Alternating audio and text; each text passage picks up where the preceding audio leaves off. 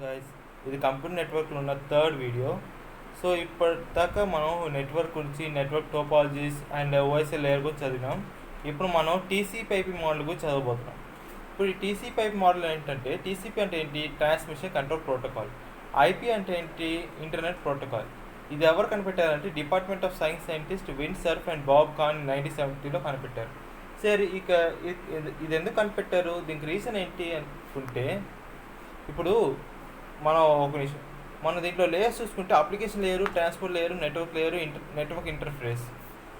ఇదేంటప్ప OSI layers లాగా ఉన్నాయి అనిపిస్తుందా? సో ఇప్పుడు both OSI layer, TCP IP layer రెండుమే సేమ్ అనుకుంటున్నారా? అస్సలు కాదు, రెండింటికి చాలా డిఫరెన్స్ ఉన్నాయి. సో ఏంటంటే, ఇప్పుడు ఓఎస్ఎల్ లేయర్ అంటే ఏంటి? ఇప్పుడు వరల్డ్లోనే ఎక్కడున్నా నువ్వు కనెక్ట్ చేసుకోవచ్చు. ఏ సిస్టమ్, ఎలాంటి సిస్టమ్ అయినా నువ్వు కనెక్ట్ చేసుకోవాలి. అది ఓపెన్ సోర్స్ ఇంటర్ కనెక్షన్ అనమాట. సో ఎలాంటి సిస్టమ్ అయినా నువ్వు కనెక్ట్ చేసుకోవచ్చు ఓఎస్ఎల్ లేయర్తో. అలా టీసీపీ ఐపీలో అలా కనెక్ట్ చేసుకోవచ్చా? అస్సలు కాదు. అది ఎండ్ టు ఎండ్ ఎన్క్రిప్షన్. ఇప్పుడు ఏంటంటే, ఇప్పుడు వాట్సాప్ నువ్వు నీ ఫ్రెండ్ మాట్లాడుకునే థర్డ్ పార్టీకి తెలుస్తుందా? అస్సలు తెలియదు. ఇన్స్టాగ్రామ్ అంతే కదా, ఎండ్ టు ఎండ్ ఎన్క్రిప్షన్. ఇప్పుడు గూగుల్ మీట్లో చూసుకుందాం. గూగుల్ మీట్లో లేకపోతే మైక్రోసాఫ్ట్ టీమ్స్లో హోస్ట్ ఒకడు ఉంటాడు. వాడు ఇచ్చిన లింక్ నుంచి మనం కనెక్ట్ కాగలం. లేకపోతే వాడు మనల్ని, ఇప్పుడు గూగుల్ మీట్లో మన రిక్వెస్ట్ పంపిస్తే వాడు యాక్సెప్ట్ చేస్తేనే మనం ఆ గూగుల్ మీట్లో వెళ్ళగలం. వేరే ఎవరు రాలేరు. సో అదే ఎండ్ టు ఎండ్ ఎన్క్రిప్షన్. ఎవరో ఇద్దరు ముగ్గురు మాట్లాడుకునేది, లేదా ఒక హోస్ట్తో మాట్లాడుకునేది, ఇవన్నీ టీసీపీ మోడల్ యూస్ చేస్తుంది. ఎందుకు టీసీపీ మోడల్ అంటే, ఇప్పుడు మోస్ట్లీ మన డేటా ఏంటంటే థర్డ్ పార్టీకి వెళ్ళకూడదు, థర్డ్ పర్సన్కి వెళ్ళకూడదు మన డేటా. సో అందుకే ఈ టీసీపీ మోడల్ యూస్ చేస్తారు. సో ఇది మామూలుగా స్టార్టింగ్లో ఇది మిలిటరీ వాళ్ళకు యూస్ చేయడానికి తీసుకున్నారన్నమాట టీసీపీ మోడల్. సో అందుకే ఇప్పుడు అది ఒక్కొక్కరుగా ఇప్పుడు ఆల్మోస్ట్ అన్ని చోట్ల టీసీపీ మోడల్ యూస్ చేస్తున్నారు. మనం ఇప్పుడు ఎక్కడ చూసినా టీసీపీ మోడలే.